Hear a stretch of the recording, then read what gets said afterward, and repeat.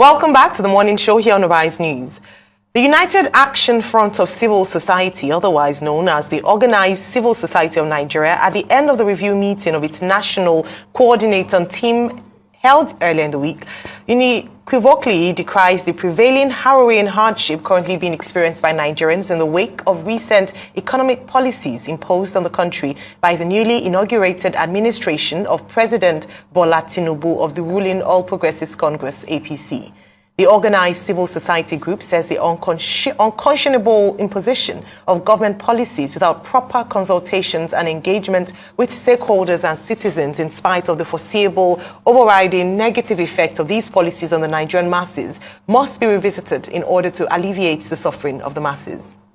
Joining us now is Professor nwokobia, convener, Country First Movement and representative of United Action Front of Civil Society. Good morning, Professor nwokobia, and welcome to the morning show. Good morning. It's my pleasure to be on with you. Well, good morning, Professor nwokobia. Strategists, economists, the World Bank, others have told us that the policy reforms initiated and embarked upon by the TINUBU administration will appear to make sense because there's no other option. Harmonization of forex, fuel subsidy removal, but the organized civil society is kicking. And you've been quoted as having been part of that meeting by organized civil society. What are your recommendations? What are the options that you think is available to government? Good morning, Dr. Ruben Abati. The pleasure is profoundly mine to be on with you. Let me say clearly first that all over the world, the Bretton Woods, the World Bank, the IMF recommendations have always been taken as a second choice. The first choice has always been national interest. Tragically, the third world, and indeed African countries, are unable to distance themselves from these programmatic. They almost always settle for what advice, if you like, what prognostication, if you like, what policy stipulation, if you like, that the World Bank and indeed the IMF throws at Africa and a few other countries. The first question I'll ask is, why is America always at daggers drawn with the World Bank and the IMF? Why is France almost always at daggers drawn with the IMF and the World Bank? Why is China and several other countries almost at daggers drawn with the World Bank and the IMF? They survive on the plethora of conflicts and policy somersaults, if you like, of several other countries. And in this case, Nigeria is their pot. This is where they want to feast. And I say clearly, Dr. Ruben, I was early enough to listen to the guests who were on before me, and they did talk about the issues about subsidy and the free flowing or floating, if you like, of the naira.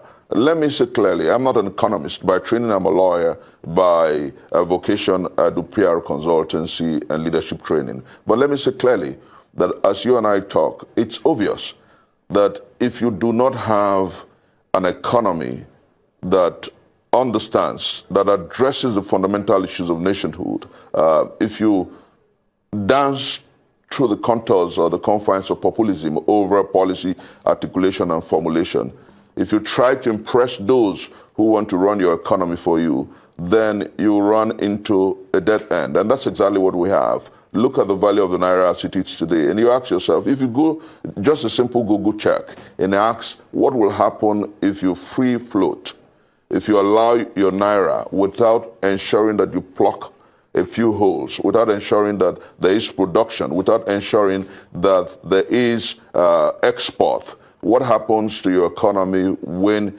you allow the naira to fight, permit my choice of word, the dollar? What you have is devaluation. What you have is inflation. What you have is hunger, poverty, disease, despondency, and want. And that's what we have today. As you and I talk, Dr. Ruben, as you and I talk, Rufai, as we talk about our country, what is glaringly obvious, today is Salah. Go through the streets and see how much hunger, how much pain, how much melancholy, how much penury, how much want you have on our socio-political space. And then for those who partisan obscurantists, permit my choice of word, Dr. Ruben, for those who believe that everything must be seen from the prism of politics, they are absolutely unfair to our country. I listened to one guest on this show yesterday who was talking about how nice in 1 month, it's 29th of June today, how nice in 1 month the political articulation of the present regime has been. And I say, why are Nigerians smart by half?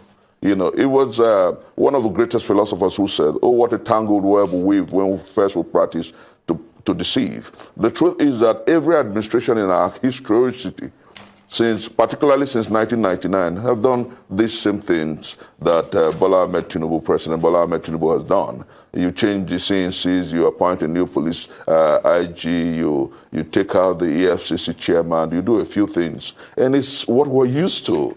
So those who politic with it, those who attempt to delude with it, those who attempt to do politics with it are smart by half. I think that fundamentally what we have is that the pillars and the graphs of poverty and hunger, disease and despondency has deepened.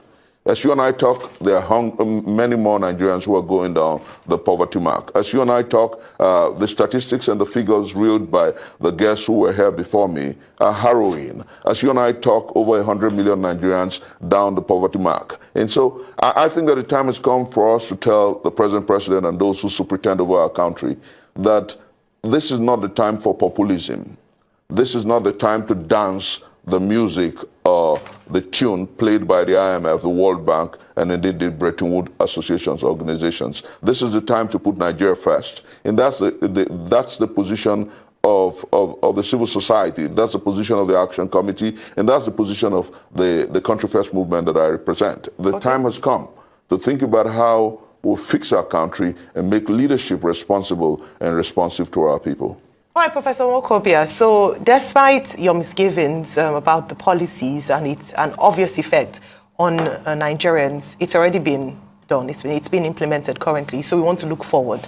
And in the World Bank reports that you talked about and in the conversation that we just had, there were a few recommendations made by the World Bank, and some economists share varying thoughts with regards to that. Number one is the conditional cash transfer. I'd like to get your take on that with regards to the immediate alleviation of the impact of the fuel subsidy removal. Do you think we should have the conditional cash transfers, and how should this be implemented? Professor Waleke talked about going through the local governments. Do you think that's well, not in conditional cash transfers, but to develop projects or to develop the areas and build infrastructure? What's your take on this? How can we move forward? How can we ensure that the hardest hit do not feel the impact of these policies? Smart question, and let me say this with all sense of respect, that for 8 years, the Buhari administration told us about conditional cash transfers. Nobody has called anybody to book for not ensuring that that policy was effective, efficient, and effectual. For 8 years, we were told about, and you saw optics and pictures of people being given money in marketplaces and in public places, and you ask yourself, how effective has this been? I want to say with every sense of respect and decorum and decency and perhaps commitment to the cause for a new Nigeria, that those who preach that programmatic are being unfair to the Nigerian people. With inflation on a double digit, how would 5,000, 10,000 affect our country? Would our roads decrepit, our facilities comatose, and things checkered? How will it affect our economy? How will it get the really poor out of poverty? And who has done the statistics? Who has found out those who are truly, truly poor and where they are? And then do you know, and let me surprise you, that if you were to look through the bank statistics, those who have bank accounts in our country are by far fewer. There are less than 30% of Nigerians who have. So many of us who have bank accounts have 4, 5, 6, and some 10 accounts. And so you ask yourself, the really poor, do they have bank accounts? Thank God for a few other money agencies that have emerged, like OPay, MoneyPoint, and several other. You ask yourself, beyond them, do the really, really poor have bank accounts? And who assesses them? Who reaches out to them? You know, the tragedy of our country is that there's so much of falsehood, so much of deceit, so much of corruption that the political operators, pardon my choice of words, political, you know, they come with all kinds of tricks and they tell you, oh, this is what will work, this is how it will work, we're given so much money to so and so and person. You know, the truth is that they really never give. And I want to remind you and take you back a few months ago when there was a policy that they said was supposed to take out about some hundreds of thousands or millions of Nigerians from poverty. And they said it had to, it was superintended by the Ministry of Labor. They told you it was supposed to be a policy that would run first for 3 months and another 6 months. And about 56 billion or 46 billion was marked for that policy. Where are those who received those funds? And nobody's, you know, so I think that the time has come for us to really begin to criticize and critique most of these policy statements and then ask our president, like I said, to stop the populism and look at the papers and look at the figures and look at how this things work. Let me give you a practical instance. The World Bank would say what it would say. The IMF would say its own. But have you asked yourself, the policy on removal of subsidy, and then you ask yourself, a few months ago, they told us about 65 million liters of fuel were consumed daily in Nigeria. And then just a few days ago, they said, oh, it has come down to 40 million. So the 25 million liters, how did it happen? What happened? Who are those who collected money on those subsidy monies on those liters? And where are we as a nation, and what is the policy of government to recover these funds? I think that, unfortunately and unfairly, those who superintend this country have consistently impoverished the people and enriched the political operators. Unfortunately, albeit consistently, they have subsidized the lives of the rich and the noble rich and avoided making better the lives of the Nigerian people. And I want to say, very importantly, Dr. Ruben, very importantly, Ayo, that we're at that point in our historicity where we must tell those who superintend over this country that the office of a citizen of the Federal Republic of Nigeria is the #1 office, not the office of the president. The citizens come first. The president comes second. The Senate president, the vice president and Senate president come after them. You know, the time has come for us to put a primacy on how leadership addresses the challenge of the masses of our country. Save and except that is done, our search for the new republic, our search for responsible and responsive leadership, our search for a country that works will be like the wait for Godot. Well, let me ask you, beyond activism, let's focus on recommendations, options, and in two regards. One, organized labor has asked for minimum wage to go up to 200,000 naira. It's part of the 200. Yes, it's part of the demands they are negotiating with the federal government. Do you support that? Do you think that wage indexation makes sense in the face of galloping inflation? That's number one. Number two is that, look, there seems to be some impression that President TINUBU is, moving at a fast pace. They call him Hurricane TINUBU. They call him Baba Go Fast, as one foreign paper described him. What's your general assessment of momentum, style, pace that we have seen in the last 1 month? Those two quick issues. Dr. Ruben, let me say clearly and very importantly that regarding the pace of Mr. President, I totally disagree with those who are saying that he's moving so fast, because we've seen since 1999 several administrations, and some moved faster than this. At some point, but for it took about 6 months or 5 months for Buhari to appoint ministers in 2015. He was moving at quite a supersonic pace that Nigerians said, oh, the body language of the president could do so much. You know, he has changed service chiefs. He has taken away subsidy because there was no, not my words, because there was no provision for subsidy beyond June. So he had no option but to do that. But the question I always asked economists and those who have gone into this gamut of deceit is, where really was the subsidy? And in answering these questions, I'll leave Nigerians and indeed those who superintend NNPC and economy with 4 questions. The first is, if there's an oil swap, you take crude oil overseas and then you bring finished product, at what point does subsidy and the literage and the amount accrue? That's point number 1. Then point number 2, if you're taking oil out there, what are you selling, and why is the dollar denomination of what comes back imperative? Why do you ask Nigerians to pay the global price when you actually swapped? You sent crude oil overseas and brought finished product. Then number 3, what does the NNPC do with respect to the other products apart from PMS? Diesel, that's AGO, liquefied natural gas, high power fuel oil, and several other things. What do they do? And so why and how did the cost for subsidy rise so high? And then the 4th one, which is very important, is what is actually the exact number of liters of fuel that we consume in this country? Dr. Ruben, and when you attempt to answer this question, it just brings to fore those issues put out by the poet. Oh, what a tangled web weave when first we practice to deceive. That's point number 1. And then the pace of the president. What has he done that others didn't do? You know, I think that we should put country first, put it beyond partisanship, put it beyond bigotry, put it beyond positioning for whatever we seek from the incumbent administration or the present administration.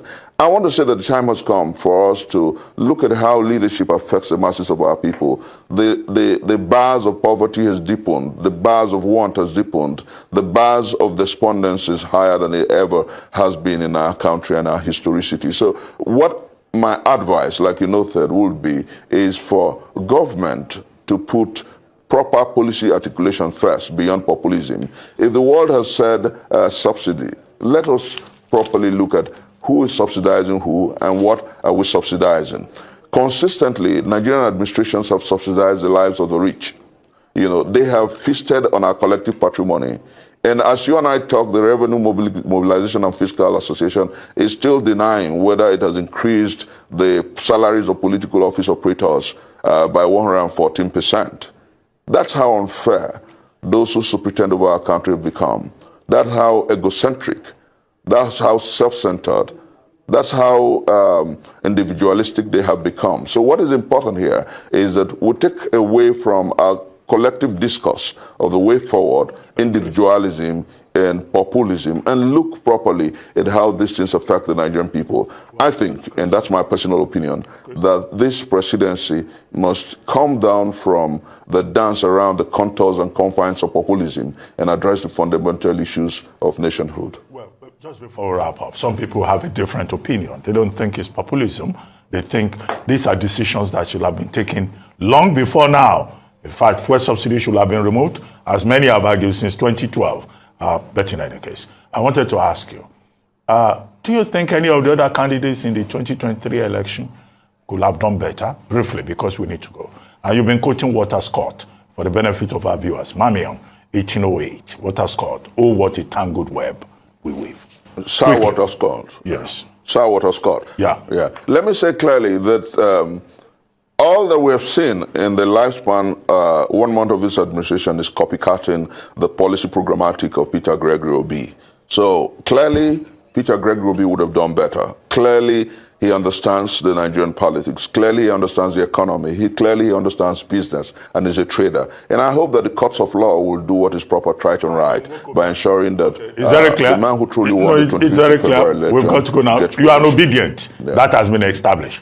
Nwokobia, the obedient. Thank you for I believe in Nigeria. I believe in Nigeria, and I'm a patriot, Dr. Ruben. Thank you.